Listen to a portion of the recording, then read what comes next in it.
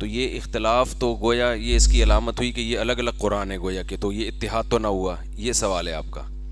ٹھیک ہے، جزاک اللہ. بیٹھ جائیں پھر، کیونکہ آپ مائک سے بھی زیادہ لمبے ہیں. ٹھیک ہے نا تو یہ مائک آپ کے نیچے جا رہا ہے. تو دیکھیں، قرآن کی جو قراءت کا اختلاف ہے نا، اس اختلاف کو مجازن اختلاف کہا جاتا ہے. اختلاف کا مطلب تو یہ ہوتا ہے کہ میری رائے الگ ہے، آپ کی رائے الگ ہے. اصل میں تو اختلاف کی یہ میننگ ہے. تو یہ قرآن میں یہ والا اختلاف بالکل بھی نہیں ہے. یہ اختلاف کا دوسرا مفہوم کہ ایک قاری نے اس آیت کو اس طرح سے پڑھا ہے، دوسرے قاری نے اس آیت کو اس طرح سے پڑھا ہے. جیسے قرآن میں آتا ہے واللیل اذا یغشا والنہار اذا تجلی وما خلق الذکر والانثی، ہم اس طرح پڑھتے ہیں. لیکن ایک قرات میں یوں بھی ہے واللیل اذا یغشا والنہار اذا تجلی والذکر والانثی، وما خلق کے الفاظ نہیں ہیں. یہ بھی متواتر قرات ہے. تو یہ اختلاف کا مطلب یہ ہے کہ رسول اللہ صلی اللہ علیہ وسلم نے اس آیت کو اس طرح بھی پڑھا ہے اور آپ صلی اللہ علیہ وسلم نے اس آیت کو اس طرح بھی پڑھا ہے. دونوں طرح تواتر سے ثابت ہے. تواتر کا مطلب یہ ہوتا ہے کہ ایک خبر کو بیان کرنے والے اتنے لوگ ہوں کہ عقل یہ کہتی ہو کہ اتنے سارے لوگ جھوٹ نہیں بول سکتے. ایسی خبر کو کیا کہتے ہیں؟ متواتر. ورلڈ ٹریڈ سینٹر تباہ ہوا تھا نا، اب کوئی آ کے کہ یہ خبر جھوٹی تھی، آپ مان لو گے اس کی بات؟ بولو گے یار اتنی دنیا نے، اتنے نیوز چینل نے یہ خبر نقل کی ہے، یہ اتنی بڑی نہیں پھینکی جا سکتی. تو جتنی بھی مشہور واقعات ہیں نا جو تواتر سے ثابت ہوتے ہیں، اب دیکھو کربلا کا واقعہ ہوا ہے، حضرت حسین رضی اللہ تعالیٰ عنہ شہید ہوئے ہیں کربلا میں.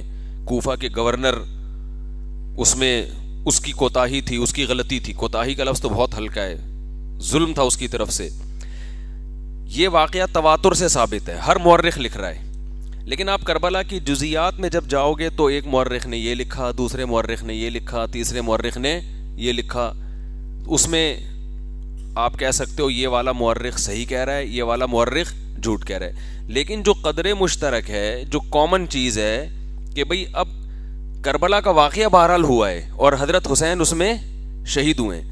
اب کوئی پاگل اٹھ کے کہے کہ یہ جتنے مورخین تھے، تاریخ دان تھے جنہوں نے ہسٹری لکھی ہے، کربلا کا سرے سے واقعہ ہوا ہی نہیں ہے، یہ سارے جھوٹ بول رہے تھے، تو آپ مان لو گے اس کی بات؟ بولیں گے بھائی تو جھوٹ بول رہا ہے. مختلف ملکوں میں مختلف جگہوں پہ بیٹھ کے ہسٹری لکھی گئی ہے، سارے کیسے کوئی گول مینس کانفرنس کر کے سب نے جھوٹ پر جمع ہوئے تھے؟ تو یہ ہوتا نہیں، یہ ممکن نہیں ہے. تو نبی صلی اللہ علیہ وسلم نے قرآن کی بعض آیتیں ایسی ہیں جن کو مختلف طریقوں سے پڑھا ہے، تو وہ اتنا زیادہ سنا گیا ان مختلف طریقوں سے کہ وہ دونوں طریقے آج تک محفوظ چلے آ رہے ہیں. جیسے سورہ فاتحہ میں مالکی یوم الدین بھی ہے اور ملیکی یوم الدین بھی ہے. ہم تو پڑھتے ہیں نا مالکی یوم الدین، لیکن نبی سے یہ بات تواتر کے ساتھ ثابت ہے کہ آپ نے ملیکی یوم الدین بھی پڑھا ہے.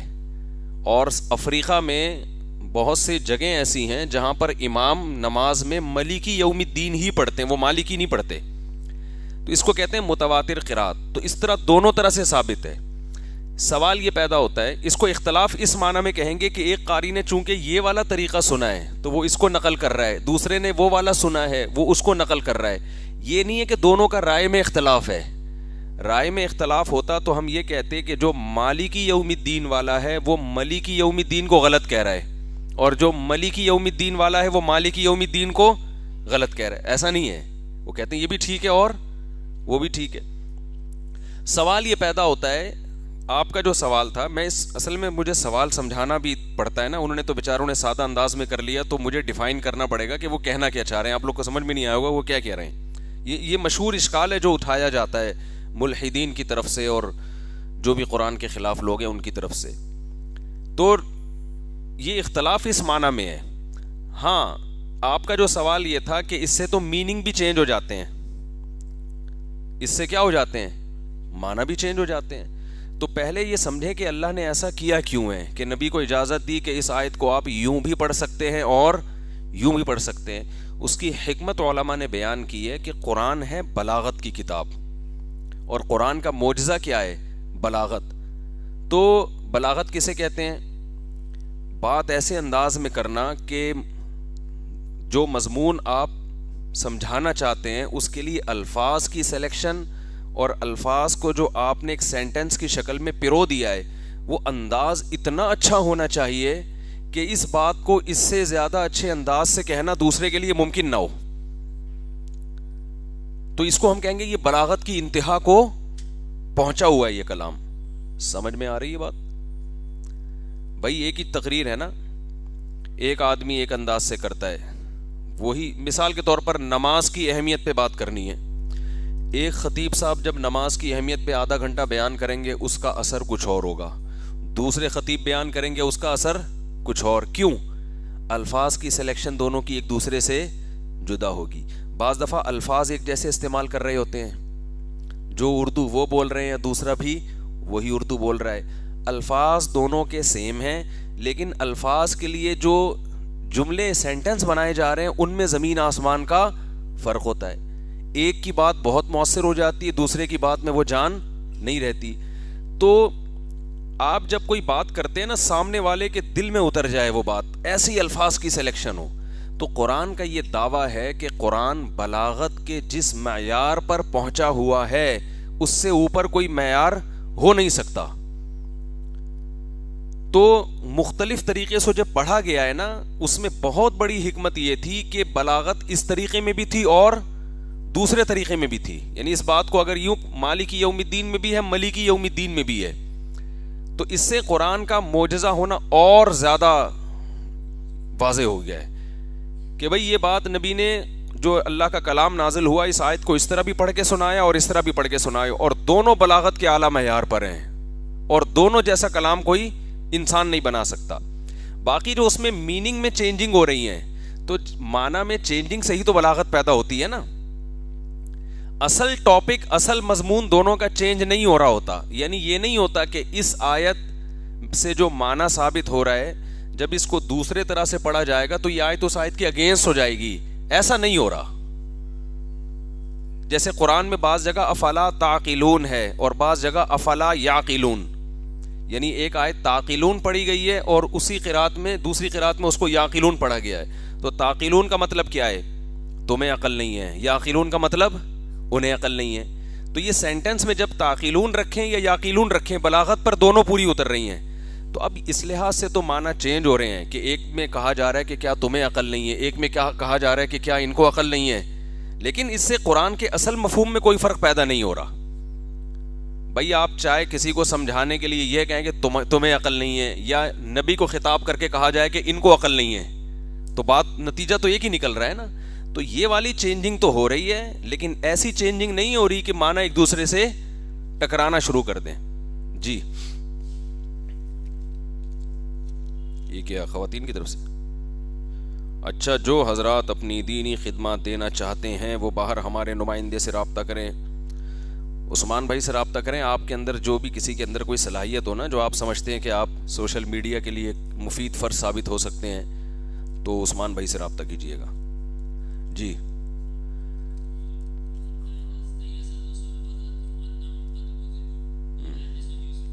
جی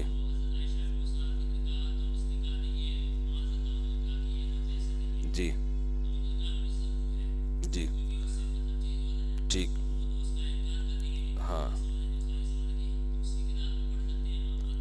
ہاں, یہ اچھا, ان کا سورہ یوسف کی آیتوں میں جو آخری رکوع میں آیت ہے, حتیٰ اذا استیأس الرسل, یہاں تک کہ جب پیغمبر مایوس ہو گئے, پچھلی امتوں کے پیغمبروں کی بات ہو رہی ہے, وَظَنُّوا أَنَّهُمْ قَدْ كُذِبُوا, اور یہ سمجھنے لگے کہ ان کے ساتھ گویا جھوٹ بولا گیا ہے.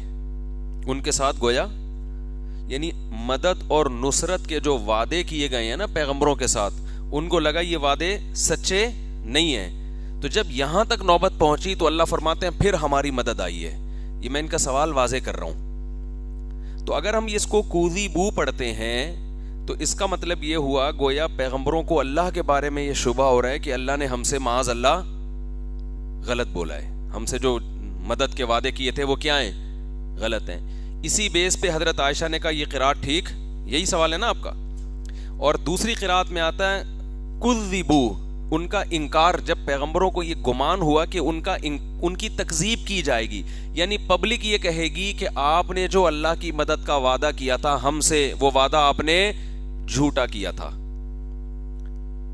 تو جب یہاں تک نوبت پہنچ گئی ہے نا، اتنا آزمانے کے بعد اللہ کی مدد نازل ہوئی ہے. تو حضرت عائشہ رضی اللہ تعالی عنہا یہ کذبو والی روایت کا انکار کرتی تھیں، کیونکہ اس کے میننگ کیا ہو رہے ہیں؟ یہ تو گویا پیغمبروں پر اعتراض ہو رہا ہے کہ ان کو اللہ کے بارے میں یہ شبہ ہوا، یہی نا. اس کا جواب یہ ہے کہ حضرت عائشہ رضی اللہ تعالی عنہا جماعت سے نماز نہیں پڑھتی تھیں. انہوں نے نبی صلی اللہ علیہ وسلم کو یہ دوسری قراءت سنتے ہوئے نہیں، پڑھتے ہوئے نہیں سنا، اس لیے انہوں نے اس آیت کا انکار کیا کہ یہ قراءت ٹھیک نہیں ہے. اور انکار کی وجہ کیا تھی؟ کہ ان کی نظر میں اس آیت کا صحیح مفہوم بھی نہیں بیٹھ رہا. لیکن جب یہ بات تواتر سے ثابت ہو گئی قاریوں سے کہ نبی صلی اللہ علیہ وسلم سے تواتر سے ثابت ہے کہ نبی نے کذبو بھی پڑھا ہے، تو اب ہم اس قرات کا انکار نہیں کر سکتے. رہا یہ مسئلہ کہ یہ تو اشکال ہوگا کہ گویا اللہ نے پیغمبروں کو یہ خیال ہوا کہ اللہ نے ہم سے جھوٹے وعدے کیے ہیں. تو اس کا جواب یہ کہ یہاں ظن سے مراد ہے وسوسہ. بعض دفعہ آپ سے کو کسی کی مدد پر کتنا ہی یقین ہوتا ہے نا، لیکن جب ٹائم پہ مدد نہیں آتی اور وہ ڈیلے ہوتی چلی جاتی ہے تو وسوسہ کسی کے دل میں پیدا ہو سکتا ہے کہ پتہ نہیں اللہ مدد کرے گا یا.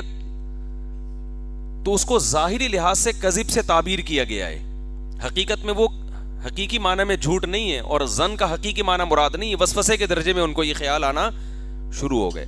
جیسے قرآن کہتا ہے یوسف علیہ السلام کو جب عزیز مصر کی زوجہ نے بند کمرے میں گناہ کی دعوت دی ہے تو ہمو بھی و ہمت بہا، جہاں زلیخا نے گناہ کا ارادہ کیا تو ہمہ کا معنی تو ارادہ ہے، تو یوسف علیہ السلام نے بھی ارادہ کیا. حالانکہ یوسف علیہ السلام نے ارادہ نہیں کیا. یوسف علیہ السلام کے دل میں وسوسہ پیدا ہوا. ایک جوان آدمی ہو، ایک جوان لڑکی اس کو بند کمرے میں دعوت دے رہی تو وسوسہ آتا ہے انسان کے دل میں. تو حضرت عائشہ رضی اللہ تعالی عنہا کی اجتہادی خطا تھی کہ وہ اس آیت کا انہوں نے بالکل اس میں بغیر کسی تعویل کے اس آیت کو اپنے ظاہر پہ رکھا، اور چونکہ انہوں نے نبی سے تواتر کے ساتھ وہ نہیں سنا تھا اس لیے انہوں نے انکار کیا. تو ایسا ہوا ہے صحابہ کے دور میں، کیونکہ بعد میں تو یہ قاریوں نے یہ روایتیں اتنی جمع کر لیں کہ یقین ہو گیا کہ بھئی نبی نے ایسے بھی پڑھا ہے. حضرت عمر نے ایک صحابی کو دیکھا قرآن پڑھتے ہوئے تو ان کو گھسیٹ کے نبی کے پاس لے گئے کہ یہ تو وہ نہیں پڑھ رہے جو میں پڑھتا ہوں اور تم تو تحریف کر رہے ہو. تو نبی نے دونوں سے سنا، فرمایا دونوں ٹھیک پڑھ رہے ہیں. تو حضرت عمر کو کنفیوژن تھی، بعد میں یہ کنفیوژن ختم ہو گئی ہے کیونکہ سب قاریوں نے تواتر کے ساتھ اس کو. رہا یہ مسئلہ کہ ہم دوسری قرات میں بھی قرآن پڑھ سکتے ہیں، اس کا جواب یہ ہے کہ یہ کام اناڑی آدمی کے لیے جائز نہیں ہے. سمجھ رہے ہیں؟ یہ اس کے لیے جائز ہے جو باقاعدہ کسی قاری سے تمام قراءتیں جو متواتر قراءتیں وہ سیکھے پراپر طریقے سے، پھر جب وہ قراءت وہ پڑھے گا اس کو قاری کی طرف سے اجازت، کیونکہ اس میں عوام کو اگر کھلی چھوٹ دے دی جائے تو ایک قرآن کو تختہ مشق بنا لیں گے. تو یہ پراپر قاری جب تک نہ ہو اس کے علاوہ عامی آدمی کو پڑھنے کی اجازت نہیں ہے. دوسرا، ایسے مجمع میں بھی پڑھنے کی اجازت نہیں ہے جو کنفیوز ہو جائے. اب میں یہاں عشاء میں تلاوت شروع کر دوں مالک یوم الدین، لوگ کہیں گے یہ نئی سورہ فاتحہ نازل ہوئی ہے کیا؟ تو قاریوں میں تو میں پڑھ سکتا ہوں، ان کو تو پتہ ہے، عام آدمی کو پڑھو گے فتنے کا اندیشہ ہے اس میں. تو ایسی جگہ پہ بھی نہیں پڑھ سکتے جہاں فتنے کا اندیشہ ہو، اور وہ شخص بھی نہیں پڑھ سکتا جس نے قرات کا پراپر علم حاصل نہ کیا ہو. سمجھ گئے بات؟ چلو بھائی اگلا سوال. بھائی کون ہے بھائی؟ چھ مسورات کا سوال ہے. ایک سوال سے ماہ سے پرس یہ کیا ہے؟ 1 سال سے میں پسند کرتی ہوں وہ بھی کرتے ہیں. اچھا بھائی، یہ یونیورسٹی کی خواتین یا طالبات جو ہیں یہ اگر علمی سوال پوچھیں جو یونیورسٹی کے لیول کے ہوں تو ذرا مزہ آئے گا نا. اچھا خیر، وہ بھی پسند کرتے ہیں، کیا لکھا ہوا ہے یار یہ، پر اس کی فیملی نہیں مان رہی ہے. ممکن اچھا یہ خاتون خلاصہ یہ نکلا کہ ڈپریشن میں ہیں. بھائی دیکھو، میں تو سیدھی بات کرتا ہوں، جو لڑکی کسی بندے سے شادی کرنا چاہتی ہے، بندہ اس سے شادی کرنا چاہتا ہے، والدین کباب میں ہڈی بن کے نہ اپنی دنیا خراب کریں نہ اپنی آخرت خراب کریں. تو ہم تو ماں باپ کو یہی مشورہ دیتے ہیں، لیکن والدین کی سمجھ میں بات آ نہیں رہی ہے. یہ بہت بڑا ظلم ہے اولاد کے ساتھ. بیٹا کہیں شادی کرنا چاہتا ہے، یا لڑکی کہیں شادی کرنا چاہتی ہے اس کو خام خواہ میں روکا جائے، یہ بہت بڑا ظلم ہے، بہت بڑی زیادتی ہے. والدین کو اتنا حق نہیں ہے کہ وہ روکیں. روک سکتے ہیں اس بیس پہ کہ لڑکی ایسی جگہ کسی بندے کو، ایسے لڑکے کو پسند کر رہی ہے جو اس کے بالکل لیول کا ہے ہی نہیں. لڑکی کے خاندان کی ناک کٹ جائے گی، چرسیوں میں دے دی اپنی بیٹی ہے بھائی، ہیروئنچیوں میں دے دی. اب وہ کوئی سٹا لگایا ہوا بندہ اس کو پسند آ رہا ہے تو یہ تو غلط ہے نا. لیکن نارمل یونیورسٹی میں کوئی پڑھ رہا ہے تو اتنا بھی بیوقوف نہیں ہوگا نا، اگر ورنہ پڑھ کیوں رہا یونیورسٹی پہنچا کیسے وہ. تو یہ ظلم ہے والدین کی طرف سے، ہم یہی کہہ سکتے ہیں. اور کیا کہہ سکتے ہیں اس پہ؟ اور کیا سر ان کو مجھے خلاصہ بتائیں نا، کوئی اور اہم بات تو نہیں پوچھی ہوئی، بہت لمبا سوال ہے. ڈپریشن میں نہ جائیں، یہ انہوں نے پوچھا ڈپریشن میں جا رہی ہیں. ڈپریشن میں جانے سے شادی نہیں ہوتی کبھی بھی، ذہن میں رکھو. بلکہ ڈپریشن کی جب پیشنٹ بنتی ہے نا خواتین تو لڑکے والے ویسے ہی منع کر دیتے ہیں کہ یہ تو سیٹنگ کے اوپر کی کیا اس کی آؤٹ ہے. ڈپریشن میں نہ جائیں. اور ڈپریشن میں کیا سوچ کے نہ جائیں؟ ڈپریشن میں یہ سوچ کے نہ جائیں کہ امن الانسانی ما تمنا، انسان کے لیے جس چیز کی بھی تمنا کرے گا وہ مل جائے، ایسا ممکن نہیں ہے. پھر تو یہ دنیا ہی جنت بن جائے نا، پھر تو دنیا ہی جنت بن جائے. تو یہ ایسا ہوتا نہیں ہے کہ جو چیز آپ چاہیں وہ آپ کو مل جائے. مفتی صاحب، اگر کوئی لڑکی شرعی پردہ کرتی ہے اور اس کی صرف انگیجمنٹ ہوئی ہے تو آگے پتہ نہیں کیا لکھا ہوا ہے، تو وہ کیا اپنے منگیتر کے سامنے، کیا لکھا ہوا ہے یار، یہ نقاب، بغیر نقاب کے منگیتر کے سامنے بغیر نقاب کے جا سکتی ہے کیا؟ نہیں بھائی، کیوں؟ جب پردہ کر رہی ہے تو منگیتر بھی نامحرم ہے، وہ نکاح تھوڑی ہوا ہے اس سے. نکاح ہوگا تو پھر شوہر بنے گا نا، وہ تو منگیتر ہی ہے. اور ایک بات میں آپ کو بتا دوں، خواتین جو منگنیوں کے بعد منگیتر سے فری ہوتی ہیں، اس میں منگنی ٹوٹنے کا امکان بہت زیادہ ہوتا ہے. اکثر منگنیاں اسی طرح ٹوٹتی ہیں تو غلط فہمیاں پھیلتی ہیں. وہ اس نے کوئی بات الٹی کہہ دی، یہ میٹر گھوم گیا، انہوں نے کچھ بات غلط کہہ دی، ان کا میٹر گھوم گیا. تو بس یہ میٹر ہی گھومتے رہتے ہیں، پھر ایک دوسرے کو مناتے رہتے ہیں بیٹھ کے، پھر میٹر گھومتے ہیں، پھر مناتے رہتے ہیں، پھر ایک دن بالآخر اتنے میں بندے کا کہیں اور چکر شروع ہو جاتا ہے اور لڑکیوں کو کوئی اور پسند آنا شروع ہو جاتا ہے. تو یہ منگنی کا سیٹ اپ ہی ختم کر دیں معاشرے میں. ہونا یہ چاہیے نکاح کا پیغام بھیجا، قبول ہو گیا تو نکاح کرو، نہیں ہو گیا تو کہیں اور ٹرائی کرو. بس میں اسی پر عمل کرتا رہا ہوں، حقیقت ہے. مفتی صاحب، میں یونیورسٹی اسٹوڈنٹ ہوں اور ساتھ فری لانسنگ بھی کرتی ہوں، ساتھ نقاب لیتی ہوں شرعی، لیکن میں جس اکیڈمی میں جاتی ہوں وہاں لڑکیاں اور لڑکے بہت فرینک ہوتے ہیں، جس کی وجہ سے میں جتنی بھی کوشش کر لوں ہنسی مذاق پھر بھی ہو جاتا ہے. اور اکیڈمی جانا بھی ضروری ہے. میں خود کو چینج کرنا چاہتی ہوں بیکاز میں نقابی ہوں. یہ کون سی انگلش ہے بھائی؟ دین کو فالو بھی کرتی ہوں. میری ایک، اصل میں یہ لکھتے ہیں لوگ آج کل رومن میں، اردو میں ہی اچھی لگتی ہے یار، انگلش میں لکھا کرو.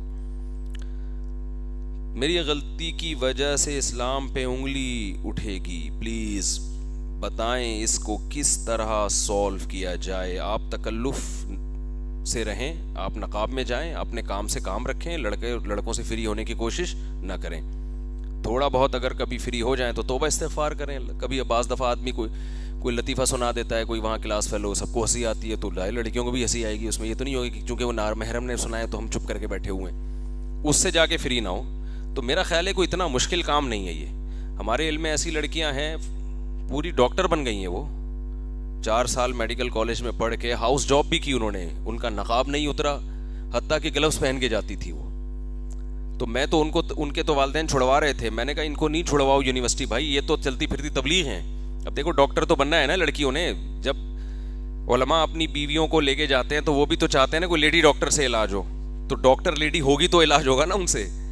سارے ہی لیڈے ہو گئے تو پھر یہ تو پردے کے تو بڑے مسائل خراب ہو جائیں گے. تو اس میں خواتین کی بھی ضرورت ہے. تو اگر پردے والی خواتین اس طرح کے شعبوں میں جائیں گی تو وہ پردہ کو پروموٹ کریں گی اور یہ ایک میسج جائے گا کہ پردے کے اندر بھی یہ سارے کام ہو سکتے ہیں. اگر وہ اس طرح کی خواتین اگر وہ یونیورسٹی چھوڑ دیں یا وہ سب کچھ چھوڑ چھاڑ کے گھر بیٹھ جائیں تو ماحول سارا خراب ہو جائے گا. سارے بے دین لوگ اس فیلڈ میں آگے چلے جائیں گے. تو اور دوسری بات یہ سوچنا چاہیے کہ جب دین پہ چلنا مشکل ہو تو پھر چلنے کا ثواب بھی اللہ کی طرف سے ڈبل ہو جاتا ہے. چلو اور کوئی اب آدمیوں کے سوال بھی آ جائیں نا ذرا. جی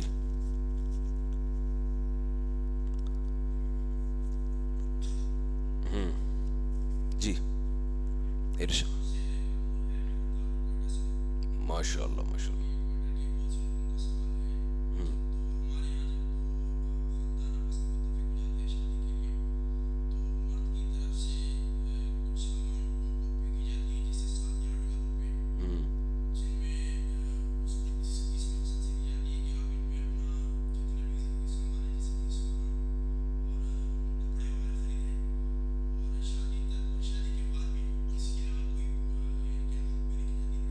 اچھا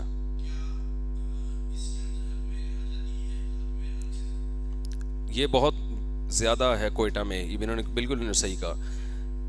کوئٹہ چمن وغیرہ میں نا جہاں لڑکے کا رشتہ طے ہوتا ہے جہیز نہیں ہے وہاں پہ. یہ ایک اچھی بات ہے, لڑکیوں سے جہیز نہیں جاتا, لیکن مرد کو نچوڑ لیا جاتا ہے. وہ اتنے پیسے اس سے لیے جاتے ہیں, مہر اس کے علاوہ ہوتا ہے. انہوں نے صحیح کہا بالکل. 7 یا 8 لاکھ روپے وہ ایڈوانس دے گا. اس 7-8 لاکھ روپے سے لڑکی کا بیڈ بستر الماری اور سارا جہیز کا سامان تیار کیا جائے گا. اسی سے لڑکی والے نکاح والے دن پبلک کو کھانا بھی کھلائیں گے, اور پھر مہر اس کے علاوہ وہ 25-30 لاکھ وہ اس کے حساب سے. تو اسلام نے جو مرد پہ خرچہ رکھا ہے نا شادی کے موقع پہ, وہ 2 خرچے رکھے ہیں, ایک مہر کا اور ایک ولیمے کا. اس کے علاوہ تیسرا خرچہ مرد کے اوپر ڈالنا یہ ظلم ہے, اور فیوچر میں اس کا نقصان عورتوں کو ہوگا. کیونکہ جب مرد کے لیے نکاح مشکل ہو جائے گا تو پھر وہ کرے گا ہی نہیں. ہو گیا جاؤ یار ایسی کی تیسی. تو لڑکیوں کے باپوں کے لیے اپنی بیٹیوں کے لیے رشتے تلاش کرنا عذاب جان بن جائے گا. اور جب ایک دفعہ معاشرے میں گرل فرینڈ کا کلچر آ گیا نا تو پھر آپ فری میں بھی اپنی بیٹی کسی کو دیں گے کہ 7 لاکھ مجھ سے لے لو, جیسے یہاں ہو رہا ہے پنجاب میں اور کراچی میں. الٹا 7-7 لاکھ کا لڑکی والے جہیز دے رہے ہیں, داماد پھر بھی شادی کرنے کے لیے تیار نہیں ہے, یعنی وہ داماد بننے کے لیے تیار نہیں ہے جس کو ہونا چاہیے تھا. تو اس لیے کوئٹہ والوں سے ہماری خاص گزارش ہے کہ نکاح کو آسان بناؤ. ان اعظم النکاح برکتن ایسرھا مؤونتن. نبی نے ارشاد فرمایا کہ سب سے زیادہ برکت والا نکاح وہ ہے جس میں خرچہ سب سے کم ہو. اور دوسری بات یہ کہ آپ جو لڑکے سے 7 لاکھ 8 لاکھ روپے لے رہے ہو, دیکھو بندہ اگر 1 نمبر ہو, بندہ اگر کیا ہے 1 نمبر ہے, تو اتنے پیسے کس بات کے لیے جا رہے ہیں ابھی. یعنی داماد آپ کی بھی تو ضرورت ہے نا کہ آپ کی بیٹی کو کوئی اچھا شوہر مل جائے, تو آپ اپنی ضرورت پوری کرنے کے لیے اس کو اتنے قرضوں میں کیوں جکڑ رہے ہو. اور اگر وہ 2 نمبر آدمی ہے تو 7 لاکھ یا 14 لاکھ دینے کے بعد بھی وہ 2 نمبر ہی رہے گا, بلکہ بڑا 2 نمبر بن جائے گا وہ. اور جن علاقوں میں یہ لاکھوں روپے مہر لینے کی رسم ہے نا, میں کوئٹہ کی بات نہیں کر رہا, اوور آل ایک بات کر رہا ہوں. بعض جگہوں پر ایسا بھی ہوتا ہے کہ پھر لڑکی پہ ظلم ہوتا ہے. مرد کہتا ہے میں اتنے لاکھوں روپے دے کے گویا تجھے خرید کے لایا ہوں, تو پھر وہ پاؤں کی جوتی سمجھتے ہیں اس کو, وہ پاؤں کی جوتی سمجھتے ہیں. میں نہیں کہہ رہا کوئٹہ میں ایسا ہوتا ہے, لیکن بہت سی ایسی جگہوں پہ جہاں بہت زیادہ مہر مانگا جاتا ہے اس میں پھر وہ بیوی کو بیوی والی عزت دینے کے لیے تیار نہیں ہوتے. کہتا ہے ہمارا تو سارے جائیدادیں لٹ گئی ہیں, تو گھر بک گئے ہیں لوگوں کے, جائیدادیں لٹ گئی ہیں, روڈ پہ آ گئے ہیں پلاٹ بیچ کے. اور یہ صرف شریف لوگ یہ کام کرتے ہیں زنا سے بچنے کے لیے, ورنہ ایک عام آدمی کیا کہتا ہے چھوڑو یار اتنی ٹینشن کی کیا ضرورت ہے. تو اس رسم کو بالکل ختم کرنے کی ضرورت ہے. اور اگر بالفرض یہ پیسے لینے ہی ہیں تو مہر کی مد میں لیے جائیں. کہا جائے کہ بھئی ایڈوانس میں آپ اتنا مہر دے دیں, اس سے ہم اپنی بیٹی کے لیے جہیز تیار کریں گے اور وہ پارسل کر دیں گے. باقی بارات کا کھانا تو اسلام میں ہے ہی نہیں, وہ تو اس کی کوئی لاجک ہی نہیں بنتی. تو مہر میں یہ کر لیا جائے, مہر میں سے منہا کر لیا جائے کہ بھئی ایڈوانس میں مہر آپ دے دو اور اس سے ہم اپنی بیٹی کے لیے سامان بنا کے اس کو رخصت کر دیں گے. سمجھتے ہو؟ آپ کو تو سردی لگنی نہیں چاہیے, کوئٹہ سے آئے یار. اور بھائی کوئی سوال پوچھنا چاہیں؟ جی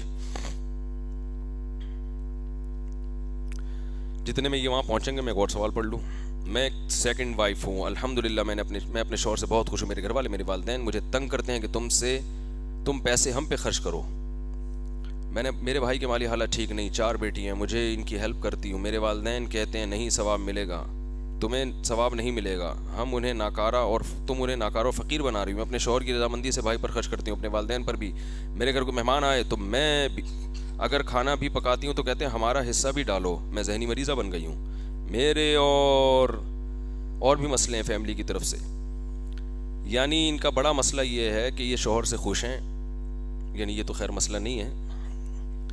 گھر والے میرے والدین مجھے تنگ کرتے ہیں کہ تم پیسے ہم پر خرچ کرو. ان کے گھر والے اور ان کے والدین کہتے ہیں کہ پیسے ان پہ خرچ کریں, جبکہ یہ اپنے بھائی پہ خرچ کر رہی ہیں. 4 بیٹیاں ہیں, ان کی بھی ہیلپ کرتی ہوں. میرے والدین کہتے ہیں تمہیں, یعنی مقصد ان کا یہ ہے کہ والدین کہتے ہیں سارے پیسے گویا ہمیں ہی دو. تو ایسا تو نہیں ہے, والدین کو اگر ضرورت ہے تو ان کو دیں, نہیں تو جس کو ضرورت ہے اس کو دیں. دیکھو والدین پہ خرچ کرنا اس وقت واجب ہے جب والدین کو ضرورت ہو. آپ کی والدہ کی ذمہ داری شریعت نے آپ کے ابو پہ ڈالی ہے, ٹھیک ہے نا. ابو اگر بوڑھے ہو گئے ہیں تو پھر ابو کو بھی کھلائیں, اماں کو بھی کھلائیں اگر آپ کما رہی ہیں. اگر وہ جوان ہیں تو اماں کی ذمہ داری کس پر ہے؟ ابا پر ہے کہ وہ کما کے کھلائیں. پھر بھی ہر مہینے تھوڑی بہت ہیلپ ماں باپ کے ساتھ, ماں باپ ہونے کی حیثیت سے کرنی چاہیے. لیکن ان کو ضرورت نہیں ہے تو وہ زبردستی نہیں کر سکتے اس معاملے میں. جی جناب, ارشاد. وعلیکم السلام. جی ہاں,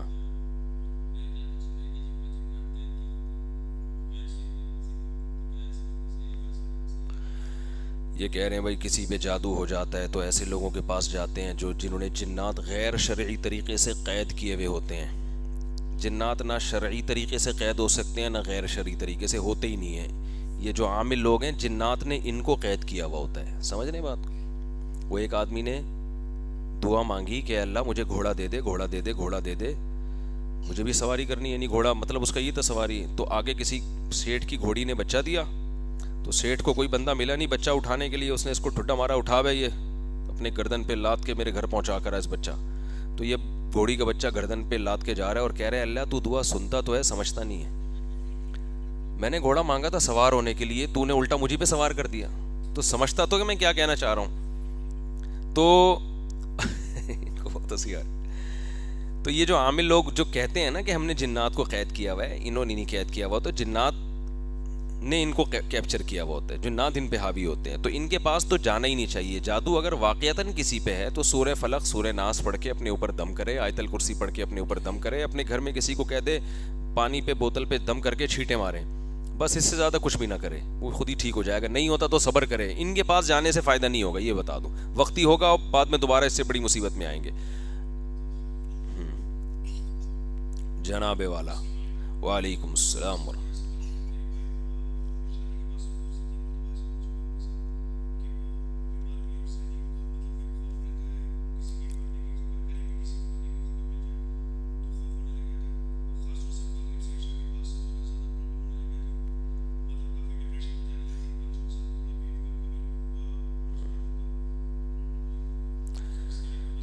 دیکھیں اس کے لیے وظیفہ میں نہیں بتاتا. پہلی تو بات یہ کہ وائف کو کوئی ڈپریشن ہو رہی ہے لاشعوری طور پر, زیادہ تر یہ کیس اس میں ہوتے ہیں. دیکھو بعض دفعہ آدمی کو ٹینشن ہوتی ہے, وہ نکلتی کسی اور طرح سے ہے.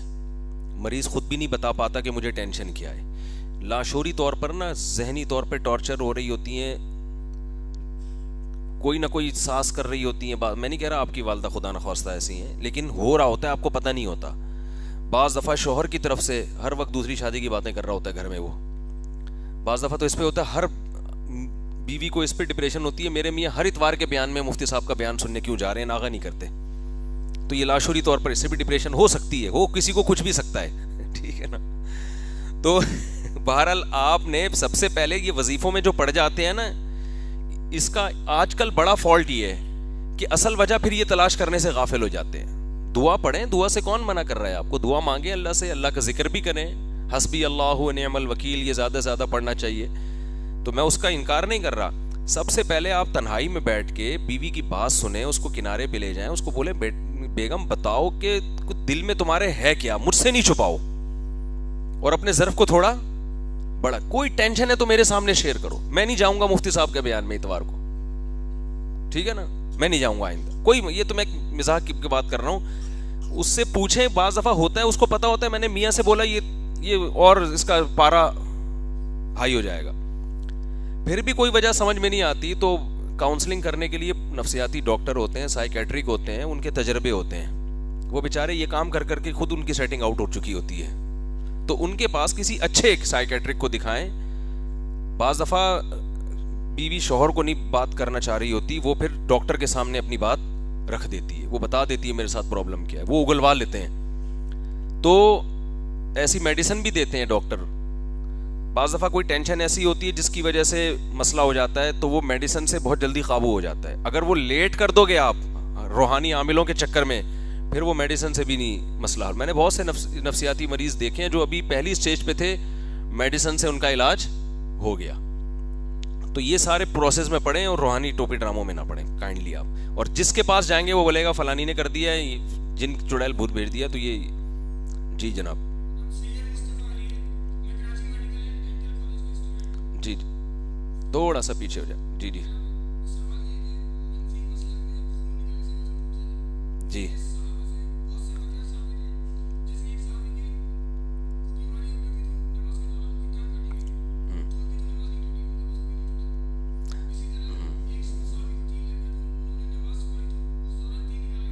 جی جی جی ٹھیک, بیٹھے میں جواب دیتا ہوں. ان کا سوال یہ ہے کہ حنفی مسلک میں خون نکل کے بہنے سے وضو ٹوٹ جاتا ہے. تو بہت سارے واقعات ہیں صحابہ کے کہ نماز کے دوران ان کا خون نکلا مگر وضو نہیں ٹوٹتا. پہلی بات تو یہ کہ بہت سارے واقعات نہیں ہیں, ایک واقعہ مجھے صحیح سند کے ساتھ یاد پڑتا ہے. یہ جو آپ نے کہا کہ نماز کے دوران ان کی ٹانگ کاٹ دی گئی, تو یہ تو ویسے ہی عقل کے خلاف ہے نا. پوری ٹانگ نماز کے دوران کون کاٹ سکتا ہے کسی کی. یہ واقعہ ہے کہ صحابہ کو نماز کے دوران تیر لگا, یہ صحیح حدیث ہے, اور تیر لگ کے بہتا رہا ہے خون اور وہ نماز پڑھتے رہے ہیں. یہ واقعہ صحیح ہے. اس پر ایک بہت بڑا اشکال ہوتا ہے کہ وہ ان کا تو وضو نہیں ٹوٹا تو حنفیوں کا کیوں ٹوٹ جاتا ہے, ٹھیک ہے نا. اس کا جواب یہ کہ اس حدیث یہ بالاتفاق منسوخ ہے. وجہ اس کی یہ ہے کہ امام شافعی رحمہ اللہ تعالی جو کہتے ہیں خون نکلنے سے وضو نہیں ٹوٹتا, خون کو ناپاک وہ بھی مانتے ہیں.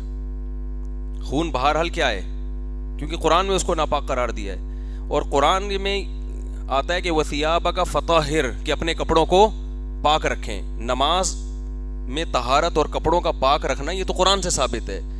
اللہ بغیر طہارت کے نماز قبول نہیں کرتے. تو سب سے بڑا اشکال ان صحابی پر یہ ہوتا ہے کہ چلو خون نکلنے سے فرض کر لیتے ہیں وضو نہیں ٹوٹا, لیکن وہ خون کپڑوں پہ تو لگا نا,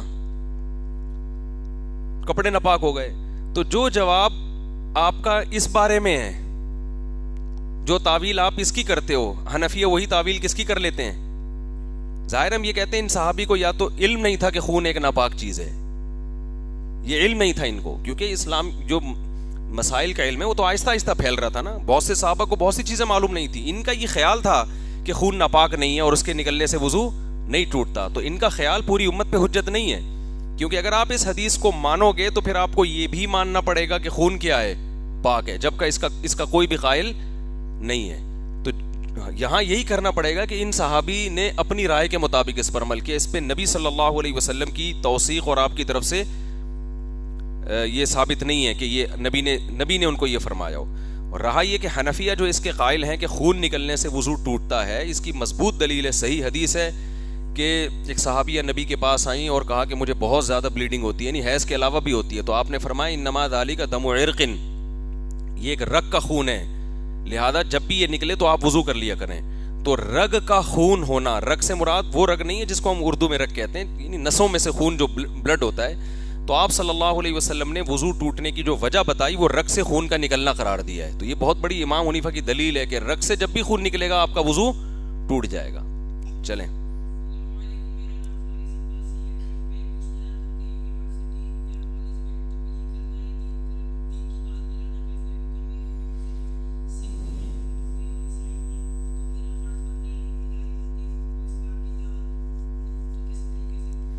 دیکھیں, فرض تو سب کا بنتا ہے کہ جو بھی دین کی دعوت جس طرح سے پھیلا سکتا ہے پھیلائے, لیکن ہندو, سکھ اور عیسائی کو جب دین کی دعوت دیں تو بہت حکمت کے ساتھ, بہت مصلحت کے ساتھ.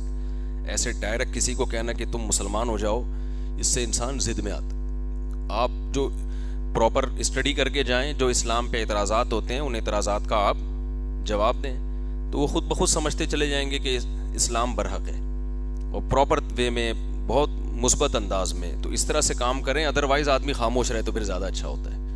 تو کوشش کریں اس طرح سے. یونیورسٹی میں تو کام کرنے کی بہت شدید ضرورت ہے. جی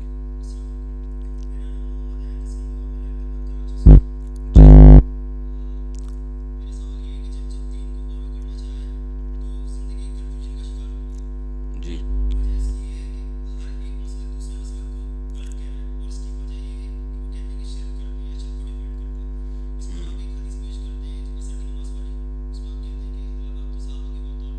جی جی ٹھیک. ان کا سوال یہ ہے کہ صحابہ کے دور میں بھی اختلافات ہوئے ہیں, لیکن فروعی مسائل میں ہوئے نا, عقیدے میں تو اختلافات نہیں ہوئے. تو آج تو فرقوں میں اختلافات ہو رہے ہیں عقیدے کے. تو خوب سمجھ لیں کہ عقیدے کی بھی دو قسمیں ہیں, ایک اسلام کے بنیادی عقائد اور ایک وہ عقائد جن کے بارے میں قرآن و حدیث خاموش ہیں, وہ اجتہاد ہے فقہا کا. تو وہ عقیدے جن کو قرآن و سنت نے واضح کیا ہے ان میں کوئی اختلاف آج بھی نہیں ہے, اور اگر وہ اختلاف کرتا ہے تو وہ گمراہ ہے. جیسے عقیدہ توحید ہے, اللہ ایک ہے, ٹھیک ہے نا. اس پر میرے مستقل یوٹیوب پہ لمبے لمبے بیانات ہیں, اگر میں زیادہ لمبا جواب دوں گا تو باقیوں کے سوال رہ جائیں گے. کچھ عقائد ایسے ہیں جو قرآن و سنت میں اس میں وضاحت نہیں ملتی, وہ استدلال کیا گیا ہے. جیسے المحند المفند کے کچھ عقیدے ایسے ہیں, کوئی بھی رائے رکھ لے, یہ بھی رائے ٹھیک ہے, دوسری رائے بھی ٹھیک ہے. تو یہ جو بنا کے پیش کیے جا رہے ہیں نا کہ ہر عقیدہ اسلام کا بنیادی عقیدہ ہے, یہ غلط ہے. ایسا نہیں ہے, ہر عقیدہ اسلام کا بنیادی عقیدہ نہیں ہے. کچھ عقائد ایسے ہیں جن سے قرآن و سنت خاموش ہیں, تو آپ کی رائے کچھ بھی رکھ سکتے ہو اس میں. تو اس وجہ سے بھی کنفیوژن ہو رہی ہے. تو اگر آپ یہ سمجھیں گے کہ بھائی بیسک عقائد میں اختلاف اگر نہیں ہے تو وہ حق پر ہے بس, اس کے بعد پھر راستہ کھلا ہوا ہے. کوئی وہ رائے رکھتا ہے وہ بھی ٹھیک ہے, کوئی دوسری رائے رکھتا ہے. جیسے ہمارا یہ عقیدہ ہے کہ نبی کی مٹی جو آپ کے جسم کو چھوتی ہے وہ عرش سے افضل ہے. اس پہ بہت سارے دلائل ہیں, وہ تو ہمیں بات نہیں کرنے دی محترم نے. تو پھر ہم نے کہا, کیونکہ میری نظر میں یہ عقیدہ اتنا اہم ہے ہی نہیں کہ میں اس پہ بیٹھ کے گھنٹوں گھنٹوں بیانات کروں, ٹھیک ہے نا. لیکن اگر کوئی عقیدہ رکھتا ہے کہ نہیں جی عرش افضل ہے قبر سے, تو بھی کچھ بھی نہیں ہوتا اس سے, تو بھی کوئی ایسی ٹینشن کی بات نہیں ہے. ہاں یہ عقیدہ رکھنا کہ اللہ سے نبی افضل ہو گئے ہیں, یہ غلط ہے. نبی کو ایسا مقام دے دینا کہ اللہ کے برابر کر دینا. تو اللہ کی ایک مخلوق ہے عرش اور ایک مخلوق ہے مٹی, تو اللہ کی ایک مخلوق کو دوسری مخلوق پر فضیلت دینے سے یہ لازم نہیں آتا کہ آپ اللہ نبی کو اللہ پہ فضیلت دے رہے ہیں. گڑبڑ یہاں سے آ رہی ہے.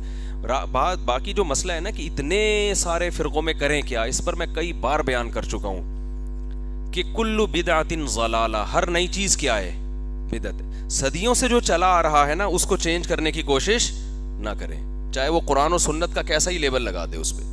جو صدیوں سے چلا آ رہا ہے, کیونکہ حدیث میں آتا ہے امت گمراہی پہ جمع نہیں ہو سکتی. جو بھی آپ کو جمہور سے ہٹا رہا ہے, پوری امت سے ہٹا رہا ہے, کتنا ہی اچھا لیبل لگا کے, وہ کبھی بھی سیدھے راستے پر نہیں ہو سکتا. جی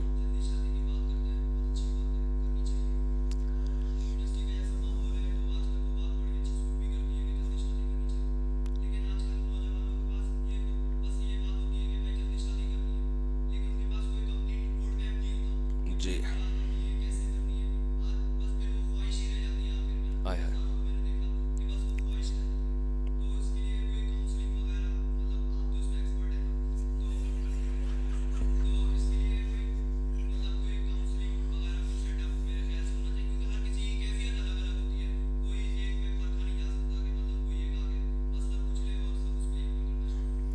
جی دیکھو, ایک انہوں نے جو مجھے کہا میں اس میں ایکسپرٹ ہوں. ایکسپرٹ ہونے کے دو مطلب ہیں. ایک ہے کہ میں شادیاں کر کر کے ایکسپرٹ ہو گیا ہوں, یہ غلط مطلب ہے. ایک یہ کہ مجھے اس بارے میں شرعی نالج ہے, تو وہ تو سبھی علماء ایکسپرٹ ہیں, ٹھیک ہے نا. تو تجربے کر کر کے شادیوں کے, وہ تو جب میں نے شادیاں نہیں بھی کی تھی نا اس وقت بھی میں تجربے تھے میرے. تجربے میں ہی مانا لوگوں کے حالات سے تجربہ ہو گیا تھا. تو وہی ہم نے اپنی زندگی میں بھی وہی چیزیں پائی ہیں. تو ابھی ایک صاحب آئے تھے, وہ کسی کو کیا پتا کس کی بات ہو رہی ہے, بیگم کی شکایتیں یہ یوں کرتی ہے. میں نے کہا بیگم اماں کے ساتھ رہتی ہے. انہوں نے کہا اماں کے ساتھ. میں نے کہا کبھی بھی حل نہیں ہوگا یہ مسئلہ قیامت تک. اماں بہو کی, ساس اور بہو کی لڑائیاں ہوتی ہیں تو وہ نہیں حل ہو سکتی. تو یہ جو مسئلہ ہے نا کہ جلدی شادی کی اسلام نے ترغیب دی ہے. یونیورسٹی میں ان کے پاس کوئی پلان ہی نہیں ہوتا, کریں کیسے, بس مفتی صاحب کا بیان سنا اور کھڑے رویں, اور جہاں کرنا چاہتے ہیں بالآخر دل کے ارماں آنسوؤں میں بہہ گئے, ان کے بچے ہم کو ماموں کہہ گئے. یہ پلاننگ بناتے بناتے رہ گئے اور ان کی کہیں اور شادی ہو گئی. اور پھر میں اس کو بڑے اس سے بتاتا ہوں کہ پہلا غم یہ کہ کہیں اور ہو گئی اس کی, دوسرا غم یہ کہ اس کے بچہ بھی ہو گیا, تیسرا غم یہ کہ اس کا بچہ آپ کو ماموں بول رہا ہے. یار تو بہت زیادہ ہو گئی ہے, ٹھیک ہے نا, یہ بہت زیادہ ہو گئی. تو دیکھو اس کا میں بیٹھا ہوا ہوں, مجھ سے مشورہ لے لو آ کے. مسئلہ میرے ساتھ یہ ہوتا ہے کہ مجھ سے سیریس لوگ آ کے مشورے نہیں لے رہے ہوتے, وہیں چسکے لینے کے لیے باتیں کر رہے ہوتے ہیں بیٹھ کے. کوئی سیریسلی مجھ سے مشورہ لینا چاہے گا تو میں اس کو پراپر حل انشاءاللہ بتاؤں گا. ہو یہ رہا ہوتا ہے کہ لڑکی کے ابا کو منوانا بھی میری ذمہ ڈالا ہوا ہوتا ہے انہوں نے. یعنی ابھی بیٹھا ہے, کچھ بھی نہیں ہے, خیال آیا یار وہ جو کلاس میں اس طرف بیٹھتی ہے نا وہ بڑا صحیح ہے, بڑی اٹریکشن ہے اس میں نے اس سے شادی کرنی ہے.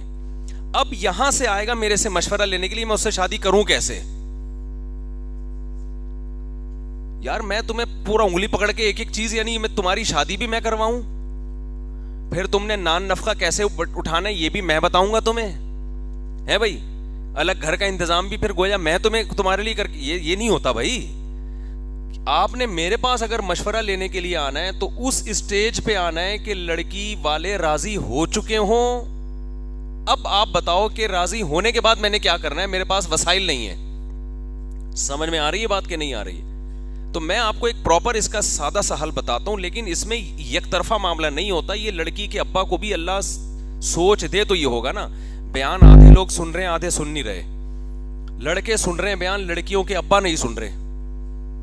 سمجھ رہے ہو بات کو؟ یا لڑکیاں نہیں سن رہی. جب یونیورسٹی میں آپ پہنچ گئے, مکس گیدرنگ کا ماحول ہے, کو ایجوکیشن کا ماحول ہے, تو نکاح کی اہمیت کم نہیں ہوئی ہے, پہلے سے بڑھ گئی. تو بھائی نکاح کو بہت ہلکا لو. یہ جو مسئلہ ہے نا ہمارے ہاں یار, جیسی شادی کی اوف بھائی شادی, اوف نکاح کوئی بچوں کا کھیل تھوڑی ہے بھائی, ذمہ داریاں بھائی, پوری زندگی بھائی.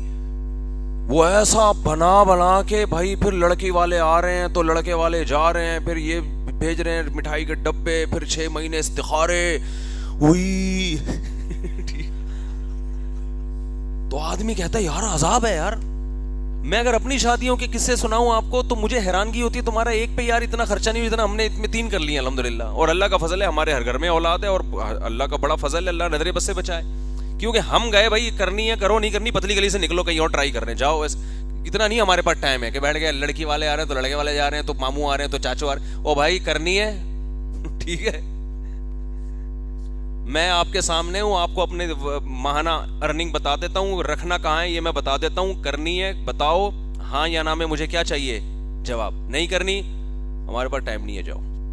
بہت سے لڑکیاں محتاج ہیں, ان کو کھوپڑی میں بات سمجھ میں آ جائے گی. لیکن آپ نے جب طے کر لیا کہ میں نے ادھر ہی کرنی ہے, یہاں کے علاوہ نہیں کرنی, تو بھائی انسان کو دنیا میں وہ نہیں ملتا جس کی وہ تمنا کرے. اپنا معیار تھوڑا سا نیچے کر دے. تو اس کو آپ زیادہ ٹینشن والا مسئلہ نہ بنائیں کہ وہ بھائی کیسے ہو. بہت آرام سے لکھا نام ہے گواہوں کی موجودگی میں ایجاب و قبول کا. نکاح نام ہے 2 گواہ سن رہے ہوں, ایجاب و قبول ہو, ٹھیک ہے نا. ویسے بھی تو دوستی تھی نا دونوں کی. بھائی گرل فرینڈ ہے, وہ آپ کی گپ شپ ہو رہی ہے, تو دوستی کو. میں تفریح کے لیے بھی گلگت گیا تو یونیورسٹیوں سے لڑکے اپنی گرل فرینڈس کے ساتھ آئے ہوئے تھے. تو ایک بندہ آیا, کہہ رہے میری گرل فرینڈ کے لیے کوئی پیغام, ویڈیو نے, وہ گرل فرینڈ بھی اس کی ساتھ ہی تھی, وہ تھوڑی ڈر رہی تھی میرے سامنے آتے ہوئے. یہ آ گئے, مفتی صاحب میری گرل فرینڈ کے لیے کوئی پیغام. میں نے پیغام یہ دیا اس کو کہ اس کو چھوڑ دے فوراً. تو میں نے کہا چھوڑ دے اس کو, یہ میں نے پیغام ریکارڈ کرا. میں نے کہا چھوڑ دو, یہ کون سا طریقہ ہے یار گرل فرینڈ. اب مجھے ایک بات بتاؤ, یہی گرل فرینڈ ہے یار, 2 گواہ کو بلاؤ, ایجاب و قبول کرو, بیوی بن گئی تمہاری. اس میں کیا جا رہا ہے, کیا جا رہا ہے بھائی اس میں؟ یہ جا یہ رہا ہے کہ یہ چیز ابا کی سمجھ میں نہیں آئے گی, یہ جا رہا ہے مسئلہ. یہ ہے یہ لڑکی کے ابا کی کھوپڑی میں یہ بات تو کیوں نہیں آئے گی کھوپڑی میں. یار تمہاری بیٹی ویسے ہی بوائے فرینڈ کے ساتھ گھوم رہی ہے, کتنا آسان کر دیا ہے, کتنا آسان کر دیا اسلام نے. ہمیں ہندوؤں کی طرح آگ کے گرد 7 چکر لگانے کی ضرورت نہیں ہے, ہمیں کورٹ جانے کی ضرورت نہیں ہے, ہمیں کوئی ٹینشن لینے کی ضرورت نہیں ہے. میں نے تو ایسے نکاح پڑھائے, میں لاہور میں بیٹھا ہوں, لڑکا لڑکی کراچی میں بیٹھے ہیں. انہوں نے کہا نکاح پڑھوا, میں نے کہا بھائی میں لاہور میں ہوں, ابھی پڑھا دیتا ہوں, میرے پاس ٹائم نہیں ہے کراچی آنے کا. ہاں جی چلیں. میں نے کہا ادھر ہی گواہ بلائے, ان کو فون پہ میں نے نکاح پڑھایا. چل بھائی شاباش, ایسے نمٹاؤ یار, ایک طرف کرو معاملہ. تو اب کیا ہے کہ اب یہ کام کرتے ہوئے لڑکے لڑکی اس لیے ڈرتے ہیں کہ پھر رخصتی ہوگی تو رخصتی نہ کرو. یہ بھی تو رخصتی ہوئی ہوئی ہے. یہ جو گرل فرینڈ اور بوائے فرینڈ گھومنے پھرنے جا رہے ہیں, اٹ از کالڈ رخصتی. ٹھیک ہے نا. رخصتی کی ڈیفینیشن یہ ہے کہ میاں بیوی کہیں تنہائی میں جمع ہو جائیں. پہلی دفعہ بھی جمع ہو گئے تو رخصتی ہو گئی. تو یہی تو رخصتی ہے. تو اس حرام کو حلال کرنے میں کتنا ٹائم لگتا ہے. اور ابا کو بتا دیں, چھپ چھپا کے نہ کریں, ابا کو بتائیں, کیونکہ اس کے پھر سائیڈ افیکٹ بہت زیادہ ہیں. سائیڈ افیکٹ یہ ہے کہ لڑکا جب لڑکی کے باپ کی پرمیشن کے بغیر چھپ کے نکاح کرتا ہے تو 99% کیسز ایسے ہیں جس میں پھر وہ لڑکی کو برباد کر کے چھوڑتا ہے. لڑکیاں یہ بات سمجھتی نہیں ہیں, وہ برباد کرے گا اس کو, کیونکہ وہ اپنی ہوس پوری کرنے کے بعد نا کچھ دنوں میں اس کو لگے گا کہ یار یہ میں نے ٹینشن پال لی ہے, وہ والی جو میرے دوست کے ساتھ جو تھی نا وہ والی وہ زیادہ اچھی ہے, یہ اس کو چھوڑو. تو وہ اس کا دماغ گھومتا ہے, کیونکہ فیملی انوالو نہیں ہوتی تو وہ لڑکیوں کی زندگی عذاب بنا دیتا ہے. پھر وہ میرے پاس 99% کیسز ایسے آئے ہیں جہاں چھپ کے شادی میں لڑکی برباد ہو, لڑکے کو کچھ نہیں ہوتا. تو اس میں لڑکی کے باپ کو چاہیے کہ جب بیٹی جا ہی رہی ہے کسی بوائے فرینڈ کے ساتھ, بولے یار 2 بول پڑھ کے بیوی بناؤ, جاؤ یار, تمہاری امانت. گھر نہیں ہے رہنے کے لیے تو جیسے پہلے میرے پاس رہ رہی تھی ابھی تک رہتی رہے گی. جب گھر ہو جائے گا تو پراپر طریقے سے پھر وہیں جا کے رہ لینا. میں سمجھا پا رہا ہوں اپنی بات. ابھی بھی تو رہ ہی رہی ہے نا ابا کے گھر میں, تو شادی کے بعد بھی ابا کے گھر میں رہ لے, اس میں کیا جا رہا ہے. ایک چیز حلال ہو جائے گی, گپ شپ ہو گئے, پھر وہ دونوں خود بھی آپس میں طے کر لیتے ہیں کہ ہم نے کیسے رہنا ہے, کہاں رہنا ہے. بہت ساری چیزیں نکاح کے بعد سمجھ میں آتی ہیں کہ یار یہ وہ 2 کمروں پہ ہو سکتا ہے رہنے کے لیے ایگری ہو جائے. وہ کہے چلو یار میں آپ کے ابا اماں کے ساتھ رہنے کے لیے ایگری ہوں. تو اتنی بڑی ٹینشن والا کام ہے نہیں جتنا ہمارے معاشرے نے اس کو سمجھ لیا. جاب لیس بھی ہو پھر بھی ہو سکتا ہے. وہ جو مکھنچو معذرت کے ساتھ وہ جو گھماتا پھراتا پھر رہا ہے اپنی گرل فرینڈ کو, وہ کون سا جاب پہ ہے, اور گرل فرینڈ کون سا فری میں جائے گی آپ کے ساتھ, کچھ تو خرچہ اس پہ کرنا پڑے گا نا. تو میں آپ کو حلفیہ کہہ سکتا ہوں کہ گرل فرینڈ پہ خرچہ جتنا ہمارے معاشرے میں ہو رہا ہے وہ بیوی کے خرچے سے بہرحال کم ہے. سمجھتے ہو, جو ہمارے معاشرے میں ہو رہا ہے. گوروں کے یہاں تو گرل فرینڈ پہ بھی 1 روپیہ خرچ نہیں کرتے. اور کچھ وقت کے بعد یہی ہوگا جب یہ کلچر زیادہ بڑھے گا. تو کیونکہ جیسے صرف مرد کی مجبوری نہیں ہے عورت کی مجبوری بھی مرد ہے, اس کو بھی ایک عدد بندہ چاہیے. تو نتیجہ یہ نکلے گا کہ وہ فری میں پھر یہ لڑکیوں پہ جو خرچ ہو رہا ہے وہ بھی ختم ہو جائے گا معاملہ. تو یہ سب نقصان فیوچر میں عورت کو ہونے والا ہے. تو نکاح کو آسان بنا دو یار. ادھر میں تو ایک ہول سیل کے حساب سے نکاح پڑھا رہا ہوں آج کل. ایک ٹائم پہ 4 نکاح 5 نکاح, چل بھائی. کل میں نے 2 نکاح پڑھائے خطبے کے ساتھ, تیسرا دولہا لیٹ پہنچا. میں نے کہا پرانا والا خطبہ تمہیں گفٹ مبارک, اب میں نیا سرے سے خطبہ نہیں پڑھ رہا. وہ یار ہم لوگ آئے, میں نے کہا بھائی بس ایجاب و قبول کرا, کہہ رہے ہیں وہ خطبہ ہی نہیں ہوا. میں نے کہا وہ جو ابھی ہوا ہے نا وہ والا تمہارا ہو گیا. خیر پھر زیادہ وہ بیچارے ڈر گئے, میں نے پھر ایک اور خطبہ پڑھ دیا, ورنہ وہ گھبرا گئے نا, پتہ نہیں کیا ہو رہا ہے. تو آسان بناؤ یار. لیکن یہ باتیں سمجھدار لوگوں کی سمجھ میں آئیں گی. جو ہم لوگ جو رسومات کے بندھے ہوئے لوگ ہیں نا, ان کو یہ چیزیں سمجھ میں نہیں آئیں گی. آسان بناؤ, ہلکا کرو نکاح کو, بہت آسان. گرل فرینڈ کو چھوڑ دو, اسے بولو یار نکاح پڑھو بس. اور باپ کو چاہیے وہ راضی ہو جائے. جب تمہاری بیٹی کسی سے گپ شپ لگا رہی ہے تو بولو بیٹا اس کو نکاح کر لو اس سے. باپ کو تو خود چاہیے نا یہ کام کرے. جی ارشاد. وعلیکم السلام. جی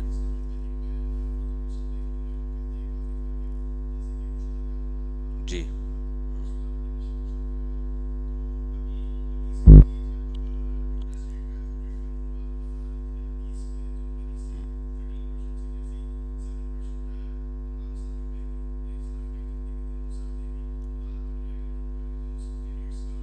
صحیح.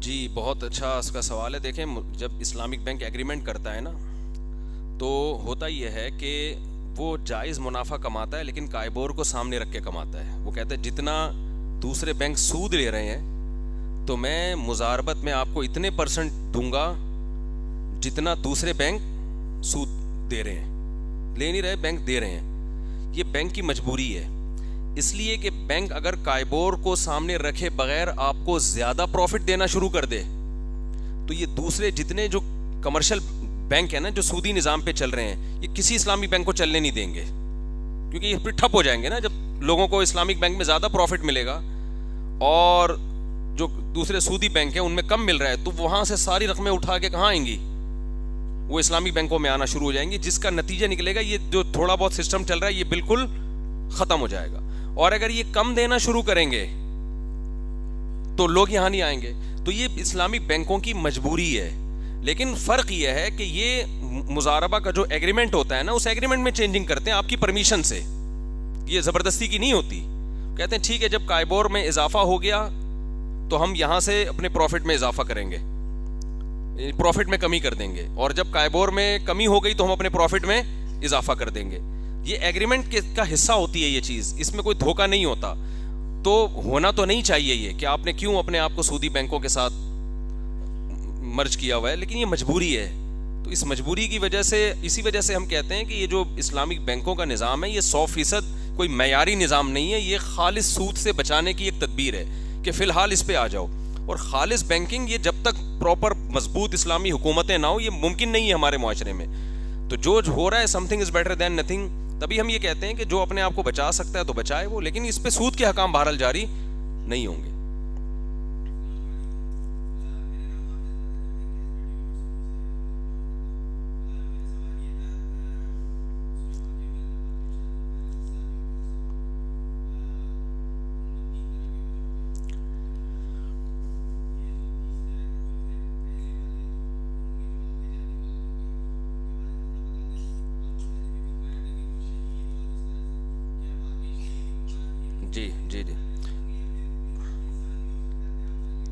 جی دیکھیں عام انسان بھی ہو سکتا ہے. قرآن نے جو کہا ہے نا کہ 3 درجات ہیں, ایک دائیں ہاتھ والے, ایک بائیں ہاتھ والے, اور سب سے سبقت کرنے والے. تو کوئی بھی ایکسیلنسی پیدا کرتا ہے نا اچھے عمل میں تو وہ سبقت کرنے والوں میں شمار ہوتا ہے. یہ صرف علماء یا شہید نہیں ہے, اس میں کوئی بھی ہو سکتا ہے. ایک سوال خاتون کا بھی پڑھ لیتے ہیں. کسی خاتون نے کہا جی میرا نکاح کرا دیں, میرے گھر والے بھی راضی ہیں, لڑکا بھی راضی ہے, اس کی فیملی نہیں مان رہی. دیکھیں لڑکے کی فیملی اگر نہیں مان رہی ہے نا تو مجھے نہیں پتا یہ لڑکا ذمہ دار ہے یا نہیں ہے.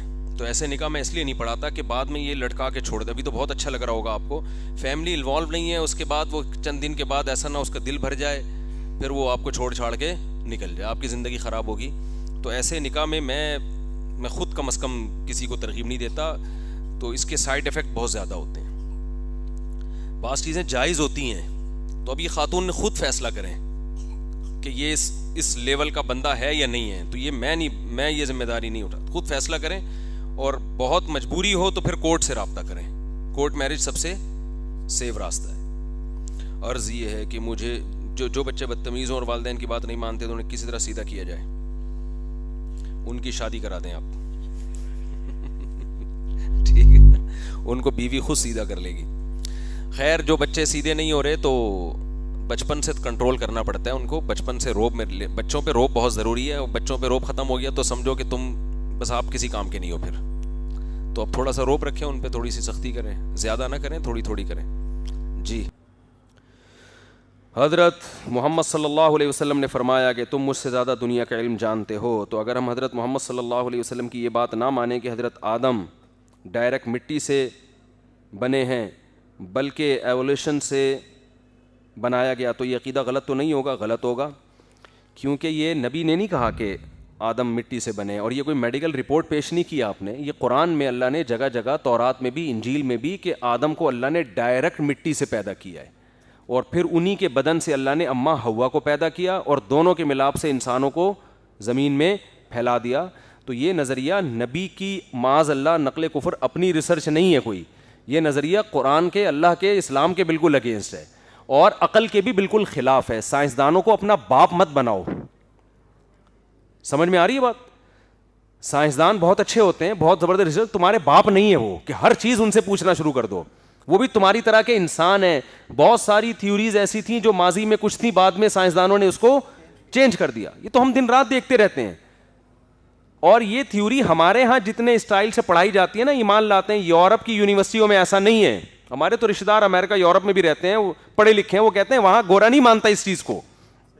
جو وہاں کے میچور سائنسدان ہیں وہ نہیں مانتے اس نظریے کو. فضول بات ہے یہ. اتنی بڑی حقیقت ہے کہ اگر یہ انسان تبدیل ہوتے ہوتے یہاں تک پہنچا تو ہزاروں سال سے مزید تھوڑی سی بھی تبدیلی نہیں ہوئی اس کے اندر. کچھ تو تھوڑی سی چینجنگ ہو نا. 2 اور 2 4 کی طرح ایک بات کر کے آگے چلتا ہوں, کیونکہ میں تو الہاد پہ بات کرتا رہتا ہوں. اگر تبدیلی ہو رہی ہے نا, بندر سے ہم انسان بنے, تو یہ نیچرل تبدیلی ہوگی نا آٹومیٹیکلی. جو آٹومیٹیکلی نیچرل تبدیلی ہوتی ہے وہ ایک دم سے نہیں ہوتی, درمیان کی بھی بہت ساری اسٹیجز ہونی چاہیے. جیسے بندر سے جب انسان بن رہے تھے تو کچھ ایسے ہیں بندر جو ابھی تھوڑے سے انسان بن چکے ہیں اور کچھ پورے. دیکھو تکے جب پکا رہے ہوتے ہو نا آپ, بھائی یہ والا گل گیا, یہ چونکہ کوئلے کے اوپر آ رہا تھا, وہ والا تھوڑا سا ابھی باقی ہے, وہ تھوڑا ابھی دیر. ایسا تھوڑی ہوتا ہے ایک دم سے ہی سارا ایک دم فٹ فاٹ. یہ کیسا بندر ہے جو انسان جب بنا تو بیچ کی نسلیں ایسی غائب ہوئی ہیں کہ مارکیٹ سے کوئی اس کا نام و نشان ملتا ہی نہیں ہے.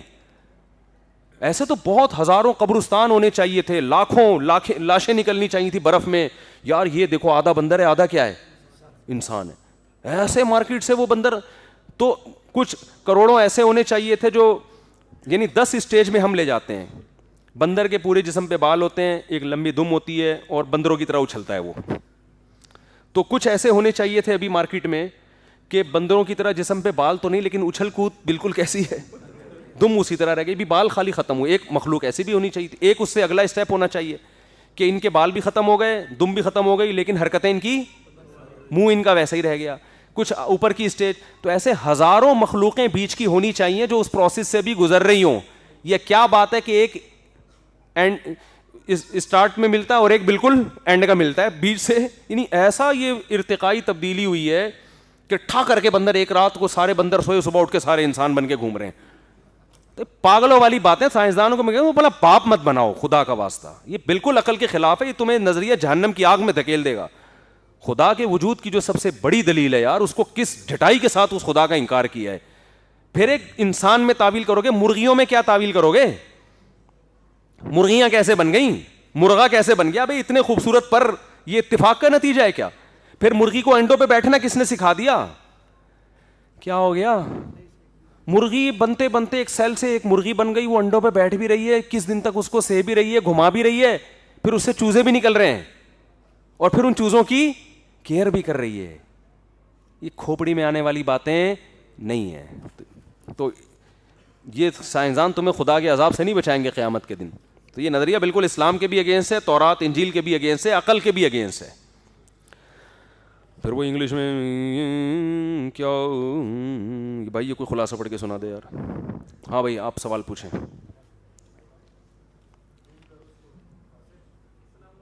وعلیکم السلام ورحمۃ اللہ وبرکاتہ. آ جا میرے بچے. جی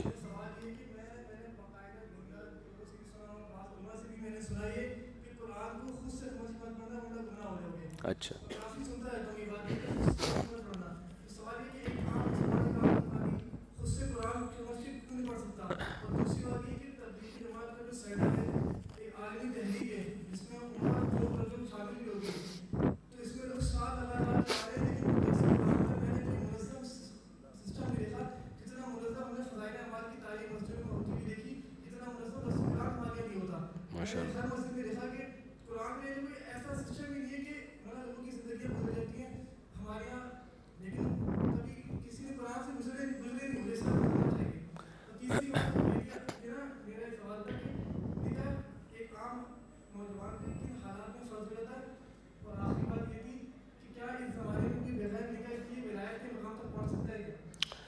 پہلا سوال بھائی کا یہ, نام کیا ہے آپ کا؟ سید سعادت علی. پہلا سوال بھائی کا یہ ہے, کہتے ہیں ہم نے تبلیغ میں بہت دفعہ سنا ہے کہ قرآن خود نہیں پڑھو, اس سے کیا ہو جاؤ گے؟ گمراہ ہو جاؤ گے. دیکھیں قرآن میں 2 طرح کی آیات ہیں. ایک آیتیں وہ ہیں جن کا تعلق ہے نصیحت سے, واعظ و نصیحت, جن میں واقعات ہیں موسیٰ علیہ السلام کا واقعہ, ہارون علیہ السلام کا اور ابراہیم علیہ السلام کا, پھر آخرت کی ہولناکیاں. ٹھیک ہے نا. یہ جو قرآن کا موضوع ہے نا, اس کے بارے میں قرآن کہتا ہے وَلَقَدْ يَسَّرْنَا الْقُرْآنَ لِلذِّكْرِ فَهَلْ مِن مُدَّكِرٍ. ہم نے قرآن کو نصیحت کے لیے بہت آسان کر دیا ہے, کوئی ہے نصیحت حاصل کرنے والا؟ اس میں آپ علماء کے محتاج نہیں ہے. یہ آپ خود پڑھیں, خود سمجھیں, خود موٹیویشن ملے گی, اور اتنا آنا بھی چاہیے. دوسرا قرآن کا موضوع ہے مسائل,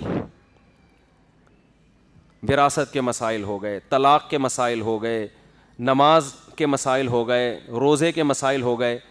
یہ وہ قرآن کا چیپٹر ہے جس میں آپ علماء کی مدد کے بغیر واقعی نہیں سمجھ سکتے, اور گمراہ لوگ اس میں آپ کو گمراہی میں ڈال سکتے ہیں آیتوں کا غلط مفہوم پیش کر کے.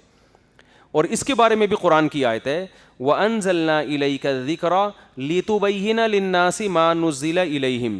اے نبی ہم نے آپ پر اس کتاب کو نازل کیا تاکہ آپ لوگوں کے سامنے کھول کھول کے بیان کریں کہ نازل کیا ہوا ہے.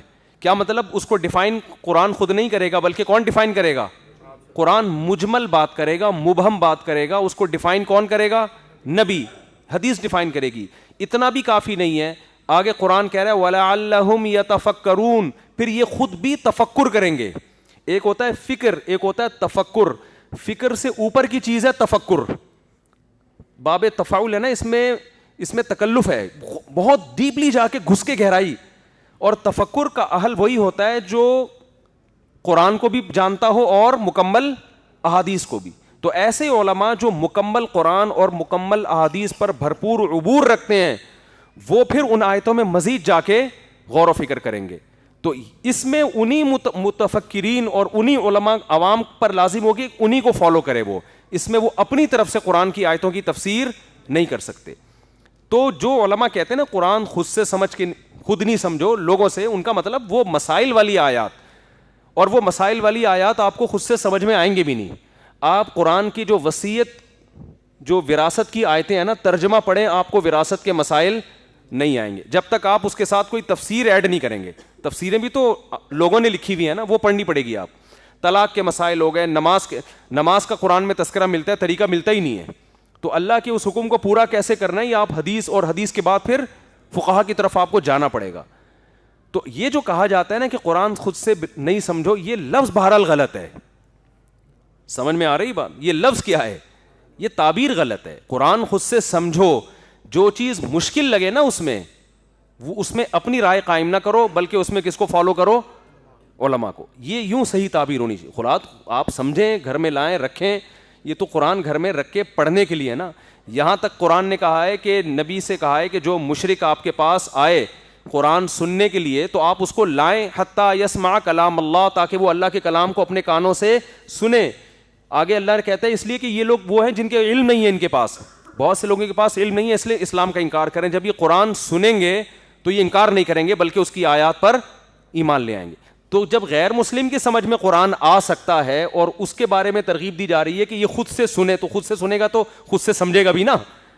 تو یہ چیز اس کو اسلام کے قریب کرے گی. تو مسلمان کیوں نہیں خود سے سمجھے بھائی؟ وہ تو مسلمان بھی خود سے پڑھے گا بھی, خود سے سمجھے گا بھی. لیکن وہ آیتیں جن کا مسائل سے, فقہی مسائل سے تعلق ہے, پیچیدہ کچھ مسائل تو بہت واضح ہیں, پیچیدہ مسائل سے تعلق ہے, تو اس میں پھر اپنی رائے خود سے قائم کرنے کی کوشش نہ کریں. اور صحابہ بھی یہی کرتے تھے, جو آیتیں سمجھ میں نہیں آتی تھیں نبی سے پوچھتے تھے. تابعین کی جو آیتیں سمجھ میں نہیں آتی تھیں وہ صحابہ سے پوچھتے تھے. تو یہ بات اس طرح سے تعبیر درست نہیں ہے کہ قرآن خود سے نہ سمجھو. اگرچہ ان کا مطلب درست ہے, لیکن یہ الفاظ بہرحال خطرناک ہے. الفاظ یہ ہونے چاہیے قرآن آپ خود سے سمجھیں, لیکن جو آیتیں سمجھ میں نہیں آ رہی تو اس میں اپنی رائے داخل نہ کریں, بلکہ اس بارے میں علماء سے رجوع کریں. یوں تعبیر ہونی چاہیے. دوسرا سوال آپ کا کیا تھا بھائی؟ تبلیغی جماعت میں درس قرآن, تبلیغ کی باتیں تبلیغ والوں سے پوچھو. میں کوئی تبلیغ میں رائے میں کوئی شورا کا رکن تو ہوں نہیں. وہ معین اختر سے انور مقصود نے پوچھا کہ آپ کے ماموں کیا کرتے ہیں, اس نے کہا ماموں کی باتیں ماموں سے پوچھو. جب زیادہ اصرار کیا تو اس نے کہا ماموں گالیاں دیتے ہیں. ماموں کیا کرتے ہیں, اس نے کہا یعنی مطلب تھا حالات ایسے ہو گئے کہ ماموں اب کیا کرتے ہیں, گالیاں دیتے. بلب کے رشتہ داروں کو گالیاں, ٹیوب لائٹ کے, کیونکہ بجلی ہوتی نہیں ہے تو بلب کے رشتہ داروں کو گالیاں. نل کا کھولو پانی نہیں ہے, نلکے کے رشتہ داروں کو گالیاں.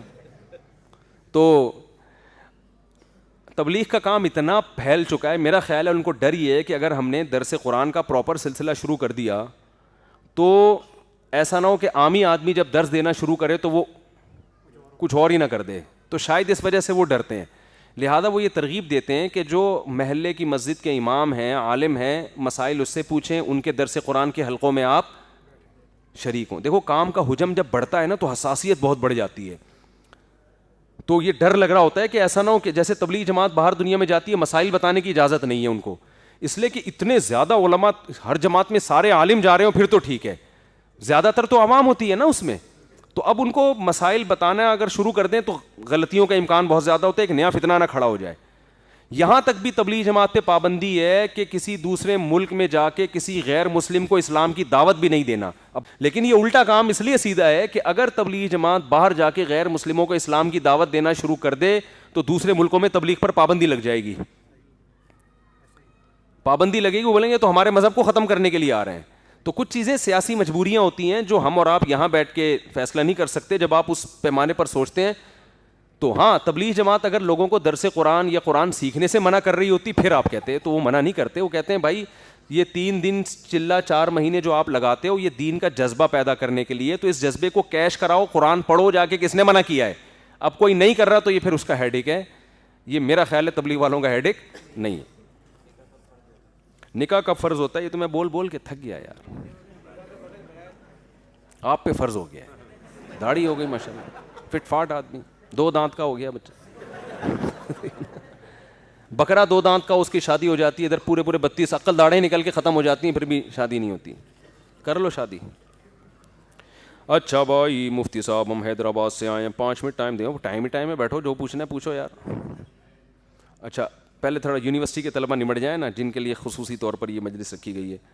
سخی اور کنجوس کی علامت بتا دیں. کنجوس وہ ہے جو ضرورت کی جگہوں پہ بھی خرچ نہ کر رہا ہو, اور سخی وہ ہے جو جتنا خرچ اس پہ واجب ہو اس سے بھی زیادہ کر رہا ہو. اور اسراف خود فضول خرچی یہ ہے کہ آپ کی جتنی ارننگ ہے آپ اس سے زیادہ خرچ کر رہے ہوں. سمجھ رہے ہو؟ چائے وہ غریبوں کو ہی کھلا رہے ہوں, آپ کی ارننگ 1 لاکھ ہے, آپ دیگیں پکواتے ہو داتا دربار پہ 1.5 لاکھ کی. تو یہ بھی کیا ہے؟ یہ بھی فضول خرچی ہے, یہ بھی اسراف ہے. تو اسراف کہتے ہیں اپنی اوقات سے زیادہ خرچ کرنا, اور سخاوت کہتے ہیں جتنا خرچ آپ پہ ضروری نہیں ہے اس سے زیادہ. مثال کے طور پر بیگم کو آپ نے کھلا دیا پلا دیا, جو ہے نا سارے اس کے نان نفقہ پورا ہو گیا, لیکن آپ جب وہ بٹن دباتی ہے فوراً پیزا اس کے لیے حاضر ہوتا ہے. اس نے گھر میں بٹن رکھا ہوا ہے, دبائے گی وہ بٹن آپ ہی ہو. ٹھیک ہے, فوراً. یہ ہے بھائی میاں کیا ہے, ہاتھ کھلا ہے میاں کا. تو یہ اٹ از کالڈ سخاوت. سطر کو چھونے سے کیا وضو ٹوٹ جاتا ہے؟ نہیں. مفتی صاحب کیا آپ کو لگتا ہے کہ پہلے آپ کی 4تھی شادی ہوگی یا انجینئر سے ملاقات؟ دونوں ہی پینڈنگ میں ہیں. وہاں تو جا کے میں نے للکار لیا, ادھر تو میں للکار نہیں سکتا نا, کیا کروں, یہاں تو میں صبر تحمل کر کے بیٹھا ہوں. فجر اور عصر کی نماز کے بعد, میرے گھر والے بھی میرا خیال ہے بیان میں موجود ہیں, اس طرح کی باتیں نہ کریں. فجر اور عصر کی نماز کے بعد ہی اجتماعی دعا ثابت نہیں, ذکر وغیرہ نہیں ثابت نہیں. کسی بھی نماز کے بعد, فرائض نمازوں کے بعد تو ہماری مسجدوں میں اجتماعی دعا تو کہیں پہ ثابت نہیں ہے. ہونٹ خشک ہونے کی وجہ سے اگر ہونٹ سے خون نکل آئے تو وضو باقی رہے گا. خون نکل کے اپنی جگہ سے بہہ جائے تو وضو ٹوٹے گا, ورنہ نہیں. عصر کے لیے وضو کرتا ہوں تو جب مغرب ہوتی ہے تو پھر یاد نہیں آتا کہ وضو ٹوٹا ہے کہ نہیں. جب تک 100% یقین نہ ہو وضو ٹوٹنے کا, اس وقت تک وضو قیامت تک باقی رہے گا آپ کا. شک سے نہیں وضو ٹوٹتا. میرے بھائی میلاد میں صرف نعت پڑھی جا رہی ہو تو اس میں شرکت کر سکتے ہیں؟ دیکھو کسی نعتیہ محفل میں شرکت کرنا نہ صرف جائز ہے بلکہ باعث ثواب ہے. نبی کی سیرت پہ جلسہ کرنا, اس میں شرکت کرنا, نعتیں پڑھنا جائز نہیں باعث ثواب ہے. ناجائز یہ ہوتا ہے کہ آپ سمجھتے ہو کہ اسی دن کرنا ضروری ہے, یہ پھر لوگوں کے آرام کا خیال نہ کرو, پوری رات بھونپو لے کے آپ لوگوں کے کان پیٹتے رہو بیٹھ کے. کچھ چیزیں غیر مسلموں نے ہم سے کیا لے لی, بلکہ وہ اسلام کی چیزیں ہیں جو اسلام کی تھیں, اور نبی تہجد پڑھتے ہوئے اس کا خیال کرتے تھے کہ کسی کی آنکھ نہ کھلے. اور یہاں ہم سیرت کے نام پہ جب جلسہ کرتے ہیں پوری گلی میں شور ہو رہا ہوتا ہے, لوگوں کی نیندیں خراب, یہ بالکل غلط ہے. روڈ بلاک کر دینا, روڈ جام کر دینا, راستے سے گری ہوئی تکلیف پڑی ہوئی چیز اگر کوئی نہیں ہٹاتا نا تو نبی نے اس کو کہا کہ یہ مومن نہیں ہے. اور راستے میں پورا دھرنا لے کے کوئی بیٹھا ہوا ہو, یا تو کوئی سیاسی مطالبہ ہو نا بہت ہی خاندانی قسم کا جو اس دھرنے کے بغیر ممکن نہ ہو, تو ویسے ہی کوئی دھرنا لے کے بیٹھا ہوا ہو اور نبی کی سیرت کو شاہراہیں بند ہو جائیں تو کیسے نبی اس کو مومن شمار کریں گے بھائی؟ تو اسلام کو فالو کرنے کی ضرورت ہے. ہمارے ہاں نعروں کا ریشو بہت زیادہ ہو گیا ہے, جذباتیت بہت زیادہ ہو گئی ہے, فالو نہیں کیا جا رہا. اچھا بھائی مال کا خرچ کرنا کب سخاوت کا, کب یہ ہو گیا جواب اس کا؟ اور کوئی بھائی مائک پہ آ کے پوچھنا چاہیں تو ہاں. یہ فرقہ وارانہ سوال کا جواب میں ریکارڈ نہیں کراؤں گا, اس میں بڑا آگ لگ جائے گی, بڑا مسئلہ ہو جائے گا, اس لیے اس کو اسکپ کر رہا ہوں میں. یہ اتنی سی پرچی جس کی بھی ہے چھاؤں میں چھپڑ میں آ کے مل لیں مجھ سے کسی وقت. جی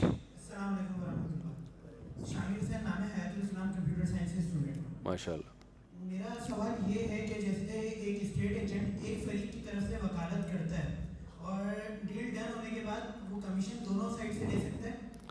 جی لے سکتا ہے دونوں سائڈ سے کمیشن. اس کو ڈیلنگ یہی ہوتی ہے کہ ہم دونوں پارٹیوں کو ملائیں گے, یہاں سے بھی کمیشن لیں گے, وہاں سے بھی کمیشن لیں گے, جائز ہے.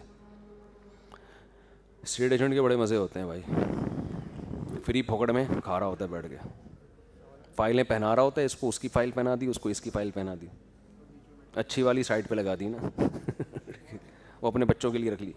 جی پوچھیں, نہیں اگر ریکارڈ نہیں کرنا تو آپ ویسے ہی پوچھ لیں. دیکھیں کرپٹو کرنسی فی نفسی جائز ہے. بہت سے علماء منع اس لیے کرتے ہیں اس کے خطرات کی وجہ سے کہ کوئی بہت بڑا کوئی بلی نہ پڑ جائے, اس بیس پہ منع کیا جا رہا ہے سیاستاً. ورنہ جو کرنسی کے حکام ہیں وہ اس پہ بھی جاری ہوتے ہیں, اور اس کی خرید و فروخت کی بھی وہی شرائط ہیں جو عام کرنسی کی ہوتی ہیں. جب ڈالر کو آپ ڈالر کے بدلے میں خریدیں گے تو کمی بیشی جائز نہیں ہے, دوسری کرنسی کے بدلے میں جب ڈالر بیچیں گے تو کمی بیشی بھی جائز ہے. تو ایسے ہی کرپٹو کرنسی, ایک کرنسی کو جب اسی جنس کی کرنسی میں خریدے بیچیں گے تو برابری ضروری ہے, کسی اور جنس کی کرنسی میں خرید و فروخت کریں گے تو جائز ہے, اور دونوں طرف قبضہ ضروری ہے. اور قبضے کی ڈیفینیشن اس میں حصی قبضہ تو ہوتا نہیں کہ جیب میں سکے رکھ کے گھومیں. تو جو عرف میں جس کو قبضہ سمجھا جاتا ہے نا کہ آپ کے اکاؤنٹ میں اتنی, یعنی آپ مالک سمجھے جائیں تو وہی قبضہ سمجھا جائے گا. جی وعلیکم السلام ورحمۃ.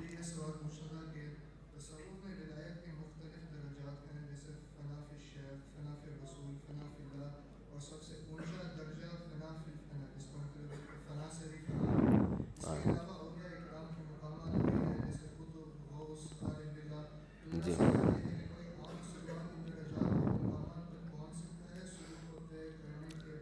دیکھیں یہ جو سلوک کے منازل ہوتے ہیں نا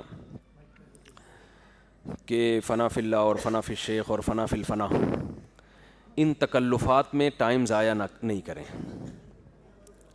ان اصطلاحات میں پڑھنے کے نقصانات زیادہ ہیں, فائدے کم ہیں. سیدھا سیدھا انسان کے بچے بن کے زندگی گزاریں اچھے بچوں کی طرح, قرآن و سنت پہ عمل کریں. سمجھ رہے ہو بات کو؟ 5 ٹائم پابندی سے نماز کریں, تپڑ ہے تو پاس کر ورنہ برداشت کر. یہ میں 4 شادیوں کے لیے کوڈ ورڈ نکال لیا میں نے, کیونکہ خواتین بہت غصے کرتی ہیں کہ یہ بار بار 4 شادیوں کا ٹاپک لے آتے ہیں. تپڑ ہے تو پاس کر ورنہ برداشت کر.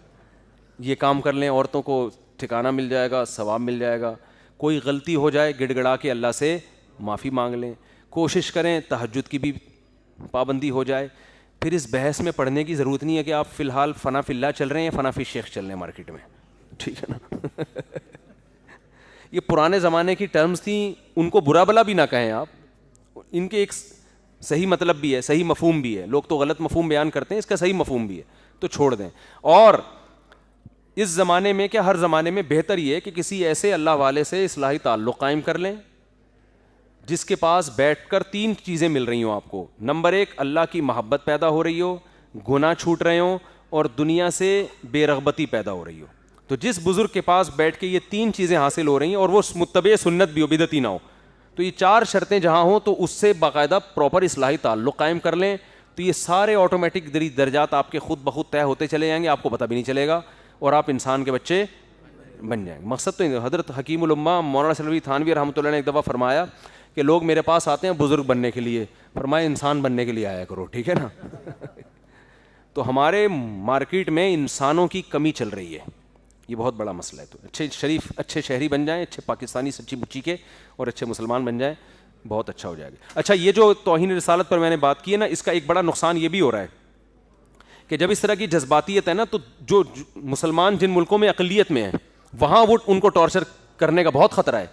انڈیا سے کتنے لوگوں کے فون آئے ہیں کہ جو متشدد ہندو ہیں, میں یہ نہیں کہہ رہا سارے ہندو متشدد ہوتے ہیں, جو متشدد ہندو مسلمانوں پہ ظلم کر رہے ہیں ان کو اور زیادہ موقع مل جاتا ہے ظلم کرنے کا.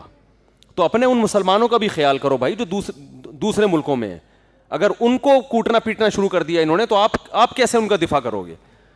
تو یہ میسج نہیں جاننا چاہیے کہ مسلمان شدت پسند ہوتے ہیں اور اس طرح کے جذباتیت ہوتی ہے ان کے اندر. جی